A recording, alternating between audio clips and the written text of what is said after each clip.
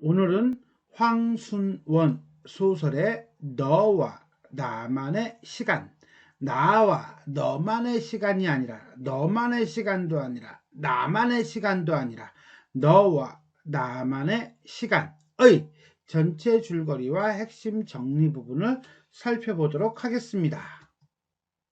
이 작품은 전쟁 중, 전쟁이라고 하는 건 6.25 전쟁을 얘기합니다. 이거 낙오된 새 병사를 통해 뭐라고? 극한 상황에 놓인 인간의 본질과 의지를 성찰한 소설이다.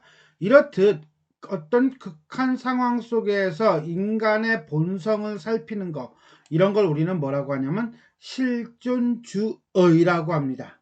그러니까 이 작품은 역시 마찬가지로 실존주의적 태도를 보여주고 있는 작품이다 라고 보면 되겠습니다.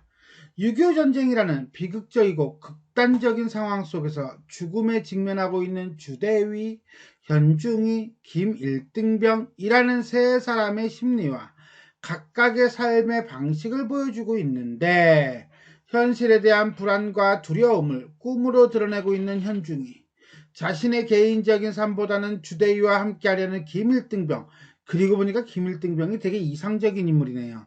삶에 대한 강한 진념을 가진 주대위의 모습을 통해 전쟁의 비극과 삶에 대한 인간의 강한 의지, 뭐라고? 삶에 대한 인간의 강한 의지, 이게 주제가 되겠네요. 를 보여준다고 평가할 수 있겠습니다. 전체 줄거리 발단 부분 볼까요? 주대위, 김일등병, 현중이. 현중이가 먼저 아닌가? 하여튼간에 주대위, 현중이, 김일등병, 이 세 사람은 전쟁 중에 산속에서 길을 잃고 방황하는 낙오병들로, 여기까지가 이제 처해 있는 처지네요. 그죠? 인적이 없는 깊은 산속에서 며칠째 헤매고 있다. 주대인은 허벅다리에 관통상을 입고 있어 죽음에 대해 두려워하고 있다 라고 하는 것은 역으로 생각한다면 주대인은 삶에 대한 어떤 의지를 가지고 있는 인물이라고 보면 되겠네요. 그리고 다른 두 사람 누구? 그렇죠. 김일등병과 현중이는 주대인을 교대로 업고 무작정 남으로 향하고 있다. 현중이는 무언중에 주대위에게 스스로 알아서 자살을 하여 다른 사람의 짐을 덜어달라고 압박을 하지만 이 다른 사람이 결국 자기 자신이잖아. 이런 점에서 본다면 주대위는 상당히 개인적이고 이기적인 인물이라고 볼 수 있을 것 같아요. 그러나 주대위는 이를 모른 채 한다. 왜? 주대위 자체가 삶에 대한 강한 의지를 가지고 있기 때문이겠죠. 위기, 저녁 때 현중이는 혼자 떠나고 이런 야, 대위를 버리고 중이가 튀었단 얘기죠. 자, 둘이 남게 되자. 여기서 말한 둘이라고 하는 것은 주대위와 김일등병이겠네요. 주대위는 김일등병에게도 떠날 것을 권한다. 주대위는 현중이가 아군 진지를 찾아 구원병을 보내줄 것을 기대하지만 이거는 기대일 뿐. 사실 현중이는 상관없어요. 그런데 현중이는 낭떠러지에서 떨어져 죽고만 돼요. 이게 구원병을 찾으러 가다가 죽은 게 아니야. 지 혼자 살자고 도망가다가 죽은 거라고 보면 돼요. 김일등병이 주대위를 업고 길을 떠나지만 혼자 업고 걷는 길이라 거의 앞으로 나아가지 못한다. 밤이 되자 두 사람은 현중이의 일을 떠올린다. 또한 주대위는 서너 달 전에 부산에서 만났던 한 여인을 떠올린다. 이거는 얼핏 보면은 없어도 되는 부분 아닐까? 라는 생각이 들 정도로 약간 생뚱맞다라고 볼 수 있어요. 하지만 이것이 내용 전개, 우리가 그냥 소설을 읽을 때는 좀 생뚱맞지만 이 부분이 사실은 주대위와 그 다음에 김일병, 현중이의 관계를 다른 상황에서 빗대어서 주대위가 생각을 하는, 판단을 하는 어떤 계기가 됩니다. 이런 점에서 본다면 소설 기법상으로는 상당히 중요한 부분이긴 하나 내용의 흐름으로 보면 약간 생뚱맞은 그런 부분이에요. 그래서 솔직히 나는 별표를 쳤지만 요 대목은 모의고사라든가 시험 내지는 교과서에 자주 실리는 파트는 아닙니다. 솔직히 말하면.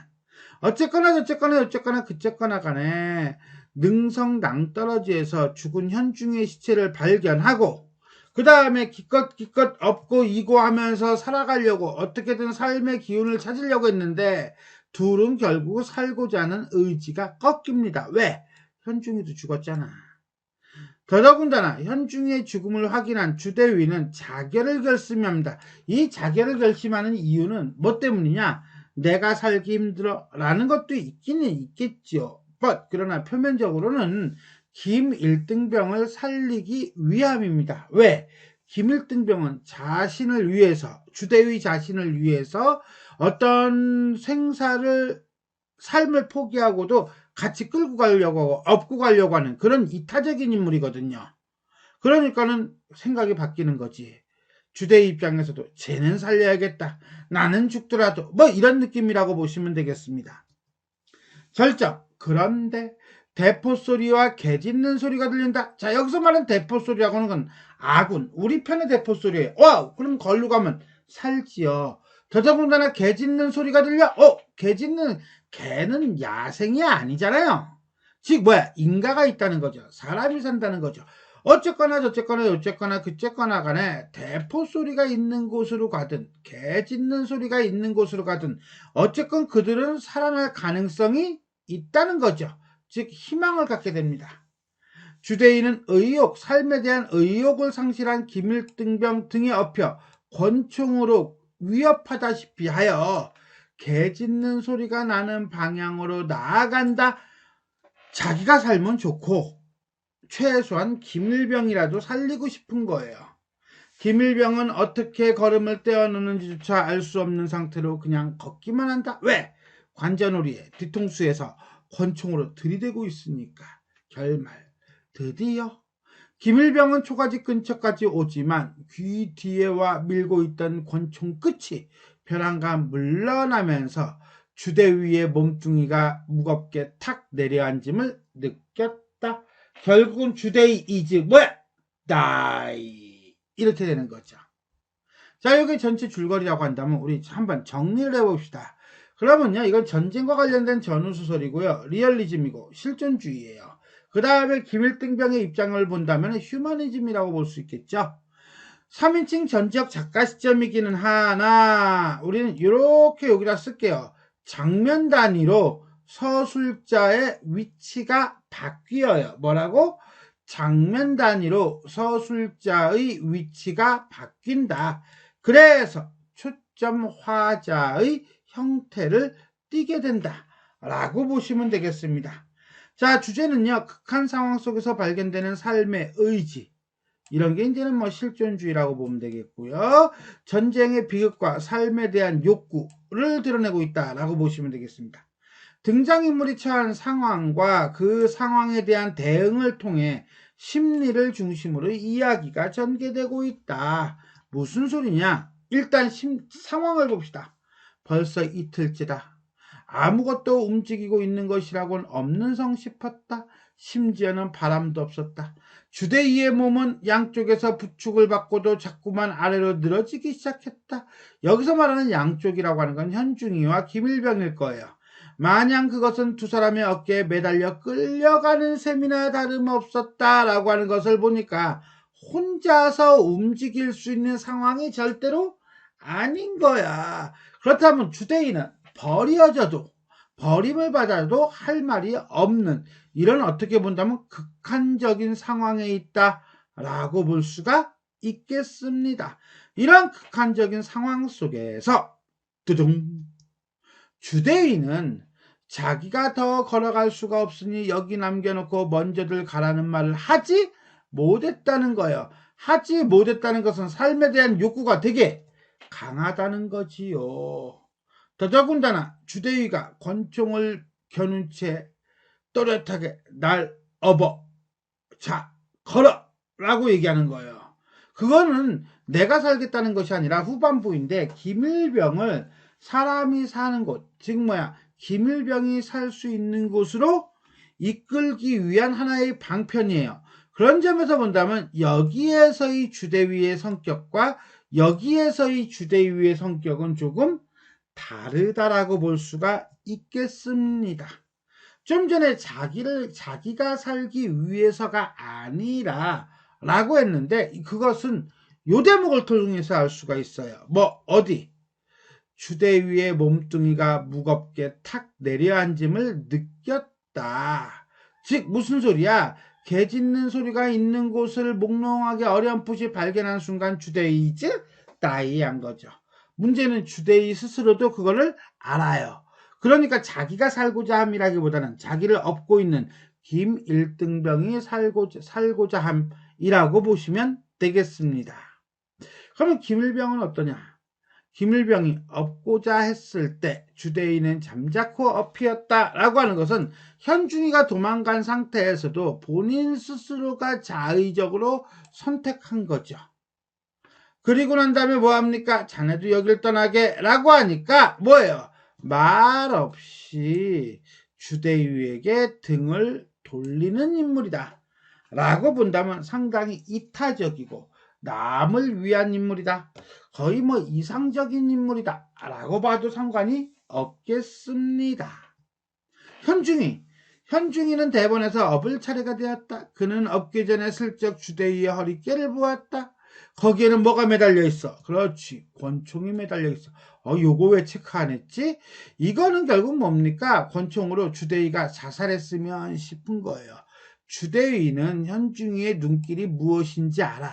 그것은 이쪽이 주대위 스스로가 그것을 알아차리고 권총으로 자결할 것을 기다리고 있는 거야 라고 주대위가 판단하고 있는 것을 통해서 우리는 현중이의 캐릭터를 알 수가 있습니다. 하나 더 볼까요? 하나 더 봅시다. 자, 사람의 시체였다. 그것은 첫눈에 현중이의 시체라는 것을 알 수 있었다. 결국 뭐야? 혼자서 도망을 갔는데 현중이는 죽고 말았네요.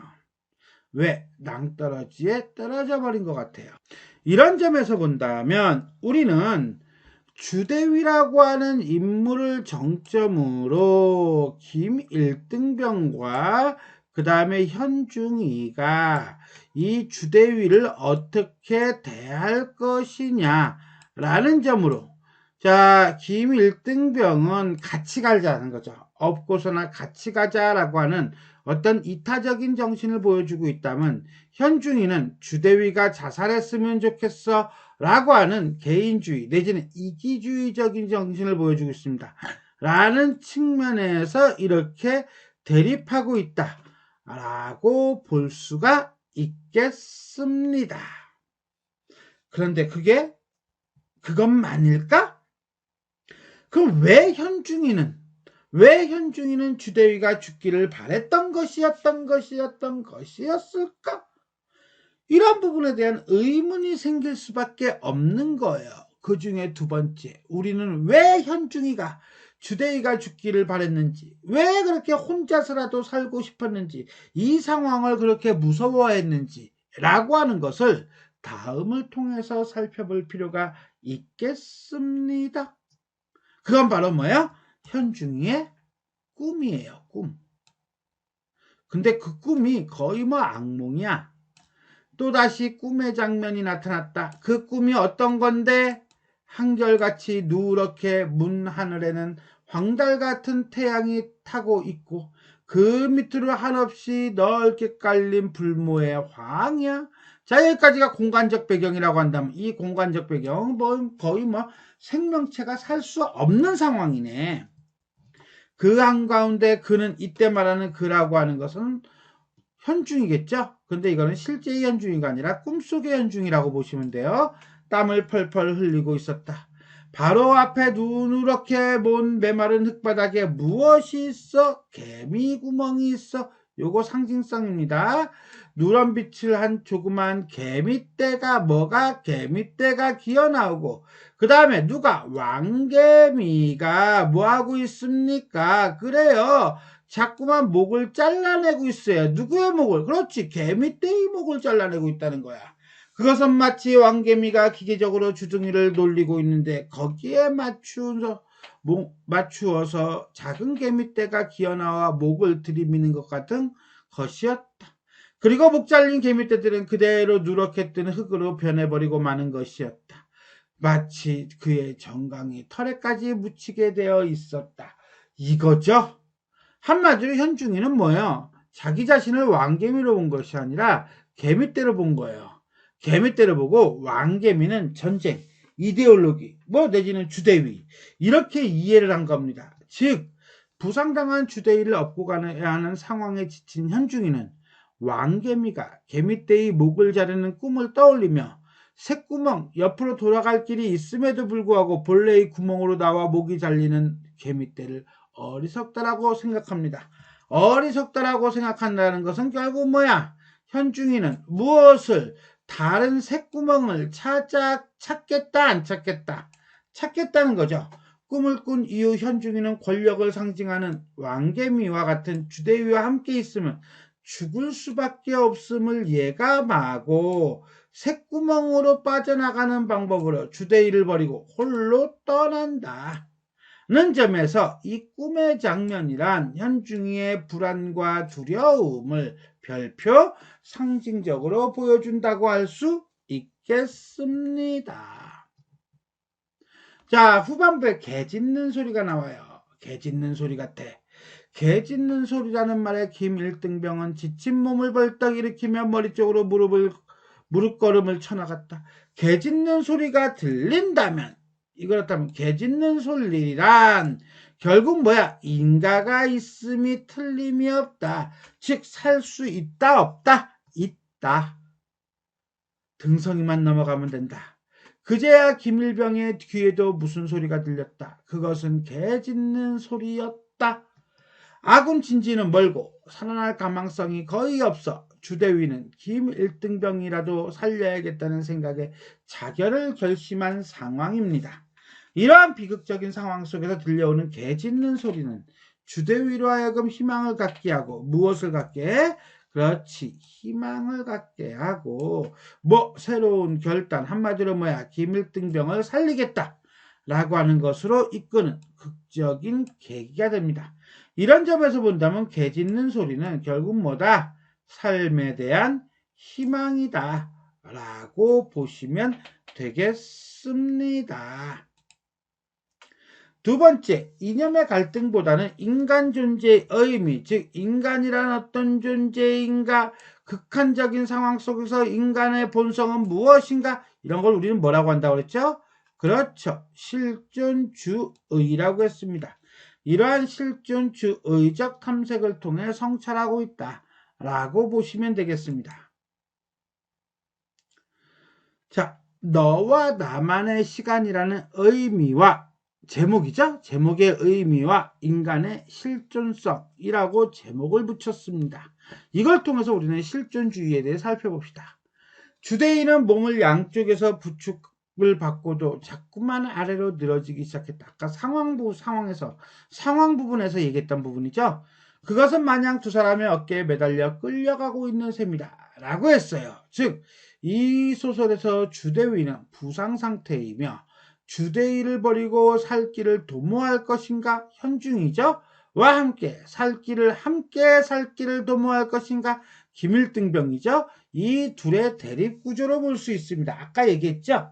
이렇게 본다면 현중이는 악 또는 개인주의적 선택을 추구하는 인물로, 김일등병은 선 또는 이상적인 선택을 추구하는 인물로 판단할 수 있고, 그 다음에 현중이가 낭떠러지에서 떨어져가지고 까마귀 밥이 된다는 것은 권선징악이라고 하는 윤리적인 주제를 보인다고 할 수 있다.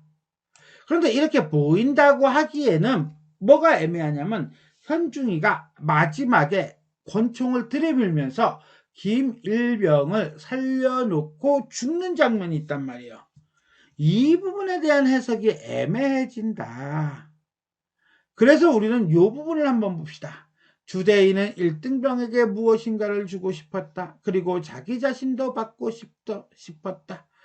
깜짝 놀라 돌아다보니 어둠 속에서 주대위가 권총을 겨눈 채 목속에 잠긴 음성치고는 또렷하게 날 업어 하는 것이었다. 근데 이 장면이 나오려면 이 장면에서 우리는 주대위의 의도를 알 수 있어요. 그것은 바로 뭐예요? 그 무엇인가를 주기 위해서 권총을 겨눈 거죠. 그것은 바로 자기 자신도 받고 싶은 것이기 때문에 권총을 들이민 거죠. 즉 무슨 소리냐? 주대위는 삶의 의욕을 잃은 김일등병에게 무엇을 삶에 대한 의지와 희망을 뭐라고? 삶에 대한 의지와 희망을 주고 싶었으며 이러한 행위를 통해 자신 또한 극한의 상황 속에서 자신도 타인에게 삶에 대한 희망을 갖고 싶어 한다 라고 볼 수가 있겠습니다. 자, 그러면 여기 볼까요? 저쪽 어둠 속에 자리 잡고 있는 초가집 같은 검은 그림자와 그 앞에 서려 있는 사람의 그림자, 이제 사람을 만난 거야. 그런데 주대 위에 몸뚱이가 무겁게 탁 내려앉았대요. 즉 자신을 끝까지 버리지 않는 김일등병을 살리고 예상치 못한 죽음을 맞이한 주대위의 모습에서 우리는 뭐니지? 라고 하는 아이러니를 느낄 겁니다. 삶에 대한 욕구가 강했던 현중이는 이기적인 무엇을 통해, 그렇죠, 선택이에요. 이 작품은 선택의 중요성을 되게 강조하는 거예요. 죽음을 맞이했고 그에 못지않게 삶에 집착했던 주대위마저 죽음을 맞이한 반면 슬롯이 오히려 두 사람에 비해 의지가 강하지 못했던 김일등병만이 살게 된 상황, 이것을 우리는 아이러니한 상황이라고 볼 수가 있겠습니다. 더더군다나 이 작품에서 김일등병의 입장에서 본다면 너는 바로 누굽니까? 주대위죠. 너와 나만의 시간이야. 현중이는 죽었잖아요. 자신의 죽음 가까이 이르게 한 원인을 제공하기도 하지만 누가? 주대위가. 왜? 권총으로 들이밀었으니까. 결과적으로 삶의 희망을 옆에서 불어준 인물이기에 너와 나라고 얘기한 거예요. 반면에 주대위의 입장에서 본다면 너는 김일등병이 될 수도 있고 현중일 수도 있어요. 김일등병은 자신을 버리지 않고 지켜준 인물이고 현중이는 자신을 버렸지만 결국은 죽음에 처하여 죄책감을 준 인물이에요. 즉 누가 죄책감을 가져? 현중이가? 아니, 주대위가. 결과적으로 김일등병의 생존은 공동체를 기반으로 한 연대의식의 승리라고 볼 수 있다. 그러므로 너와 나만의 시간은 전쟁과 죽음이라는 극한 상황 속에서 사회적인 질서와 규율이 더 이상 의미가 없으며 무엇만이, 그렇죠, 순수한 본성만이 드러나는 시간을 의미한다. 또한 나와 너만의 시간이 아니라 너와 나만의 시간이라는 점에서 나 중심의 시간이 아니라 너와 나라고 하는 관계 속에서 여기 이쪽에 동그라미 쳐야겠다, 그치? 관계 속에서 함께 해나가는 시간이라는 점에서 휴머니즘의 정신이 드러나는 시간이라고 볼 수 있겠습니다. 이게 실존주의라는 거지요. 자, 우리는 여기까지 황순원의 너와 나만의 시간 전체 줄거리와 핵심 정리 부분에 대해서 살펴보았습니다. 지금까지 내용이 도움이 되셨다면 좋아요와 구독 버튼 눌러주시고요. 알람 설정 부탁드리겠습니다. 수고하셨습니다.